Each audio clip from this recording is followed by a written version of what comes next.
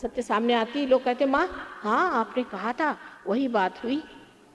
फिर हंस देते हैं, हाँ भाई कह दिया था, पता नहीं कैसे। एक प्रगाढ़ दृष्टि उसमें आ जाती है मनुष्य की। जैसे जैसे मनुष्य इसमें प्रगति करता है तो वो इतना जानकार, इतना समझदार हो जाता है कि उसका वर्णन ही नहीं किया जा सकता। लक्ष्मी तत्व में वो जागरूक हो जाता है। अभी एक साहब थे, उनकी फैक्ट्री बंद थी बम्बई में, बहुत परेशान कि हमारी फैक्ट्री बंद है और सब लोग यहाँ पर स्ट्राइक कर रहे हैं और ऐसा वैसा है। मैंने कहा अच्छा एक गणपति ले आओ। महाराष्ट्र की बात है, महाराष्ट्र में गणपति रख दीजिए तो मिनिस्टर लोग भी उसके सामने झुक जाएंगे, जो किसी के सामने नहीं झुकते। तो गणपति ले आए। गणपति को हमने कहा अच्छा हम इसको ज़रा सा वरदान दे देते हैं, इसको जागरूक कर देते हैं, अब ले जाके अपने फैक्ट्री में लगा दो। 8 दिन में फैक्ट्री शुरू हो गई और अभी पेपर में आया कि उस फैक्ट्री ने बहुत कुछ कमाना शुरू कर दिया। अभी आप कहिएगा कि गणपति ने क्या काम किया? भाई गणपति ही तो सारे काम करते हैं। ये तो असत्य है कि हम कुछ काम करते हैं। सत्य तो यह है कि गणपति ही सारे काम करते हैं। जैसे कि हम एरोप्लेन से जा रहे हैं और कोई विलेजर से बताया गया कि आप सामान कम ले जाओ, तो अपने सर पे वो सामान रख के बैठे थे। मैंने कहा सामान क्यों सर पे रखा? भाई कल हम ये जो एरोप्लेन है ना, इसका बोझा थोड़ा हल्का कर रहे हैं। इसी तरह से हम लोग भी सोचते हैं कि हम बड़ा बोझा हल्का कर रहे हैं और हम ये जो कर्म कर रहे हैं, इस कर्म से हम सारे दुनिया का हम भला कर रहे हैं। भला करने वाला तो बैठा है ऊपर और वो जानता है कैसे भला करना है।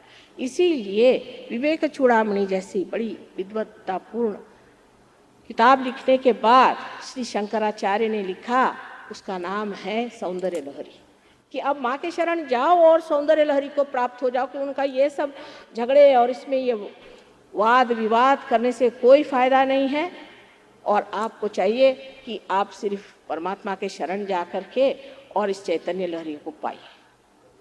इसी प्रकार जब मैं छोटी थी, कबीर को बहुत पढ़ती थी। कबीर दास ने लिखा पढ़ी पढ़ी पंडित मूर्ख भये। मैं कहती थी पढ़ के पंडित कैसे मूर्ख हो जाए? अब ऐसे बहुत देखती हूँ जो जो अति पढ़ गए वो अति मूर्ख नजर आते हैं। वजह यह है कि किताबें सारी खोपड़ी में घुस गई और उनकी आत्मा कहीं है ही नहीं। जब तक आप आत्मबोध को प्राप्त नहीं होंगे, किताबों का भी अर्थ नहीं लगेगा, गीता का अर्थ नहीं लगेगा, आपको रामायण का अर्थ नहीं लगेगा, बाइबल का अर्थ नहीं लगेगा, कुरान का अर्थ नहीं लगेगा। इसीलिए हर जगह कहा है कि आत्मबोध को प्राप्त है। ज़ेन ने कहा है कि जब तक तुम आत्मबोध को प्राप्त नहीं होगे तुम इसे समझ नहीं पाओगे। लाओ त्से ने कहा है, सोक्रेटिस ने कहा है, कन्फ्यूशस ने कहा है, इब्राहिम ने कहा है, मोजेस ने कहा है, जिसने धर्म की स्थापना की सब ने एक बात कही कि आप आत्मबोध को प्राप्त हुई। और वेद भी जो विद है, विद माने ही बोध होना, जो कि हमारे सेंट्रल नर्वस सिस्टम पे ही, हमारे मध्य में जो नसों की व्यवस्था है उस पर जाना जाएगा सत्य क्या है।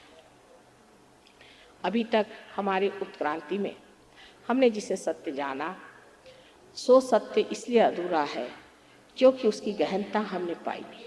जैसे कि एक जानवर है, उससे कहिए कि आप एक गंदे नाले से निकल जाइए, वो निकल जाएगा, लेकिन मनुष्य नहीं जा सकता क्योंकि एक उच्च स्तर पे उसको गंदगी सफाई का उतना सब समझता है।